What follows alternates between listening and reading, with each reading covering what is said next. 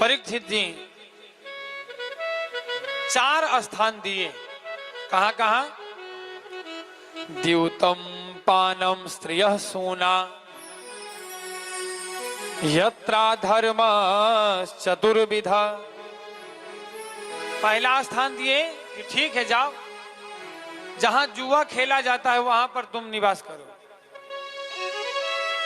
जुए में कलयुग का वास है।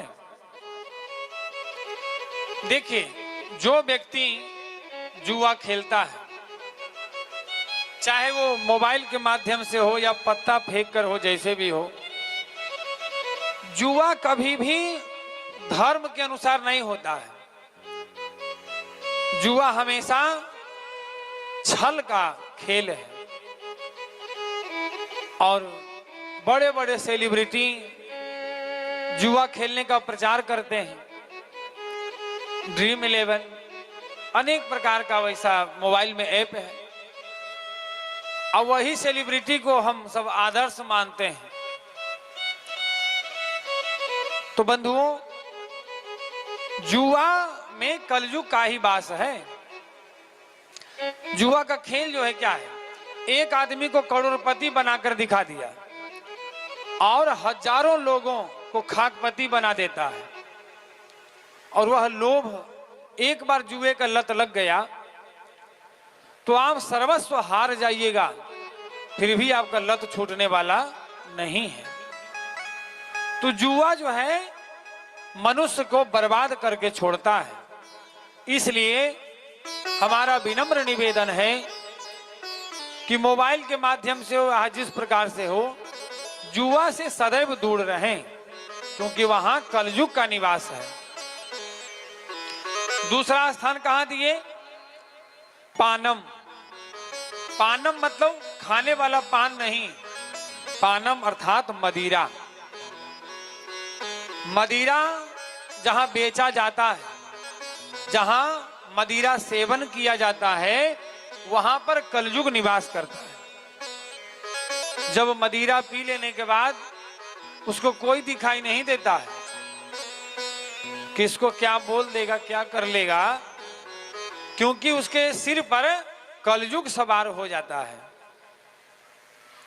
और जो दारू पीने वाला है, उसको अगर कहो कि भैया दारू छोड़ दो, मत पियो, ये हानिकारक है, तो शराब का इतना फायदा गिनाएगा आपको कि आपको भी यकीन हो जाएगा कि शराब पीना मतलब हानिकारक नहीं है। हाँ, कुछ भी कहिए भैया, बहुत टेंशन है। जो शराबी होगा कहेगा अरे दूध ढक्कन लो, सब टेंशन दूर। भैया पेट में दर्द कर रहा है, दूध ढक्कन लो, पेट दर्द ठीक। कुछ भी बीमारी बताओ तो वो 2 ढक्कन में ही ठीक करेगा। तो इसलिए शराब के मद में भी कलयुग का निवास स्थान है। वेश्यालय। तीसरा स्थान स्त्रियः, पर स्त्री गमन। जो कोई पर पुरुष या पर स्त्री के चक्कर में पड़ता है तो उसको बर्बाद होने में ज्यादा दिन नहीं लगता है, क्योंकि वहां भी कलयुग बैठा है। कहते हैं